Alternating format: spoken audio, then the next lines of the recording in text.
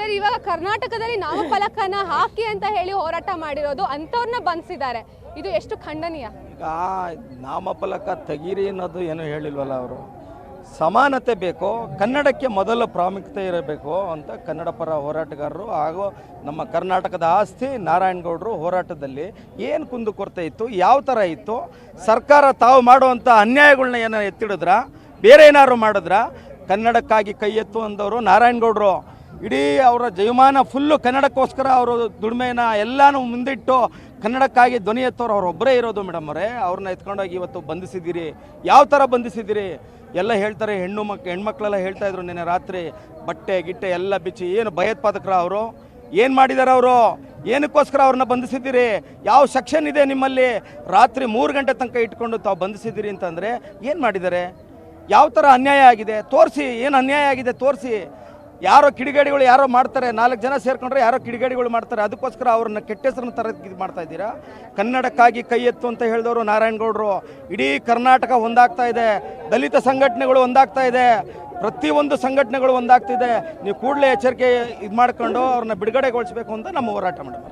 Ma'am, ಕರ್ನಾಟಕದಲ್ಲಿ ಕನ್ನಡಕ್ಕೆ ಹೋರಾಟ ಮಾಡುವಂತಹ ಪರಿಸ್ಥಿತಿ ಬಂದಿದೆ, ಇದ್ರ ಬಗ್ಗೆ ಏನು ಹೇಳ್ತೀರಾ? ನಾಚಿಕೆ ಆಗ್ತದೆ ನಮ್ಮ ರಾಜಕಾರಣಿಗಳಿಗೆ, ಈ BBMP ಅಧಿಕಾರಿಗಳು ಮತ್ತು ಈ ನಮ್ಮ ಸರ್ಕಾರಕ್ಕೆ ಧಿಕ್ಕಾರವನ್ನು ಕೂಗಬೇಕಾಗ್ತದೆ ಇವತ್ತು. ಯಾಕೆಂದ್ರೆ ಸರ್ಕಾರ ಹಾಗೂ BBMP ನೀವು ಮಾಡುವ ಕೆಲಸವನ್ನು ನಿಯತ್ತಾಗಿ ಮಾಡಿದ್ರೆ ಕನ್ನಡ ಪರ ಹೋರಾಟಗಾರರು ಯಾರು ಸಹ ಬೀದಿಗೆ ಇಳಿಯೋಲ್ಲ. ನಿಮ್ಮ ಕೆಲಸವನ್ನು ನೀವು ನಿಯತ್ತಾಗಿ ಮಾಡಿ, ನೀವು ಶ್ರದ್ಧೆಯಿಂದ ಮಾಡಿದಾಗ ಯಾವ ಕನ್ನಡ ಪರ ಹೋರಾಟಗಾರರು ಕೆಲಸ ಇರಲ್ಲ ರೀ. ಏನು ಕೆಲಸ ಇರುತ್ತೆ ಅವ್ರಿಗೆ?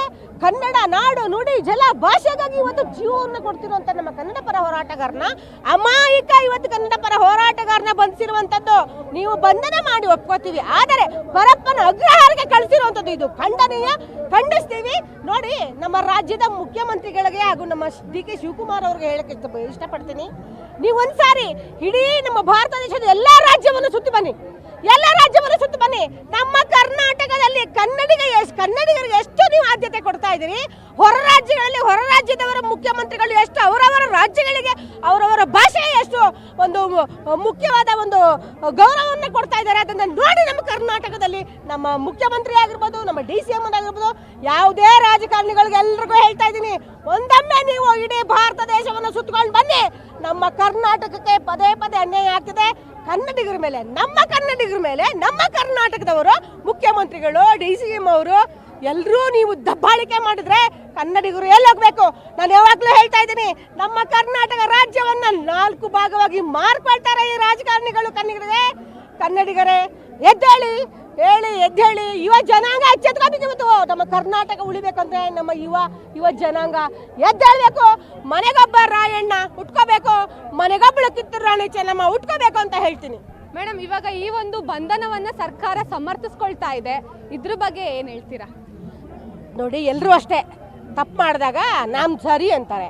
ಇವ್ರು ಸರಿ ಇದ್ದಿದ್ರೆ ನಾವು ರೋಡಿಗೆ ಇಳಿತಿರ್ಲಿಲ್ಲ. ಏಕಾಏಕಿ ಬಂದು ನಾರಾಯಣಗೌಡರು ಇವತ್ತು ಹೋರಾಟ ಮಾಡಲಿಲ್ಲ. ಎಷ್ಟು ದಿನದಿಂದ ಮನವರಿಕೆ ಮಾಡಿಕೊಟ್ರು, ಪ್ರತಿಯೊಂದು ಅನೌನ್ಸ್ಮೆಂಟ್ ಕೊಟ್ಕೊಂಡ್ರು ಬಂದರು. ನೀವು ಕರೆಕ್ಟಾಗಿ ಕೆಲಸ ಮಾಡಿದರೆ BBMP ಆಗಿರ್ಬೋದು, ಸರ್ಕಾರ ಆಗಿರ್ಬೋದು, ಹೋರಾಟಗಾರರಿಗೆ ಕೆಲಸ ಇರಲಿಲ್ಲ. ನೀವು ತಪ್ಪು ಮಾಡಿದ್ರಿ. ಈ ಕೂಡಲೇ ನಾರಾಯಣಗೌಡ ಅವ್ರನ್ನ ಬಿಡಬೇಕು. ಅವರ ಆರೋಗ್ಯಕ್ಕೆ ಸ್ವಲ್ಪ ಏರುಪೇರಾದರೂ ಇಡೀ ಕರ್ನಾಟಕ ನಿಜವಾಗ್ಲೂ ಗಲ್ಲೆಬ್ಬುತ್ತೆ. ಆ ಮುಂದಿನ ಪರಿಸ್ಥಿತಿನ ನಮ್ಮ ನಾಡು ಎದುರಿಸಬೇಕಾಗ್ತದೆ. ನಿನ್ನೆ ಅವರು ಮನೆಯಿಂದ ಊಟ ಕಳಿಸಿದ್ರು, ಅವ್ರಿಗೆ ಊಟ ಕೊಟ್ಟಿಲ್ಲ ಅಂತ ನನಗೆ ಮಾಹಿತಿ ಬಂತು. ಬೇಜಾರಾಗ್ತದೆ. ಯಾಕೆಂದರೆ ಆರೋಗ್ಯ ಸಮಸ್ಯೆ ಪ್ರತಿಯೊಬ್ಬರಿಗೂ ಇರುತ್ತದೆ. ಹಾಗಾಗಿ ದಯಮಾಡಿ ಅವರ ಆರೋಗ್ಯವು ನಮ್ಗೆ ಅಷ್ಟೇ ಮುಖ್ಯ, ನಾರಾಯಣಗೌಡರ ಆರೋಗ್ಯವೂ ಅಷ್ಟೇ ಮುಖ್ಯ. ಈ ಕೂಡಲೇ ನಾರಾಯಣಗೌಡರನ್ನ ಬಿಡುಗಡೆ ಮಾಡಬೇಕು. ಎಲ್ಲ ಕರವೇ ಕಾರ್ಯಕರ್ತರು ಯಾರ್ಯಾರಿದ್ದೀರಿ ಕನ್ನಡ ಪರ ಹೋರಾಟಗಾರರು ಏನು ಅರೆಸ್ಟ್ ಆಗಿದ್ದಾರೆ, ಈ ಕೂಡಲೇ ಬಿಡುಗಡೆ ಮಾಡಲೇಬೇಕು. ಇಲ್ಲಿದ್ದರೆ ನಮ್ಮ ಕರ್ನಾಟಕದಲ್ಲಿ ಇಡೀ ರಾಜ್ಯಾದ್ಯಂತ ಉಗ್ರವಾದ ಒಂದು ಹೋರಾಟವ ಸ್ವರೂಪವನ್ನು ಮತ್ತೊಮ್ಮೆ ಎಲ್ಲರೂ ನೋಡಬೇಕಾಗ್ತದೆ ಅಂತ ಹೇಳ್ತೀನಿ.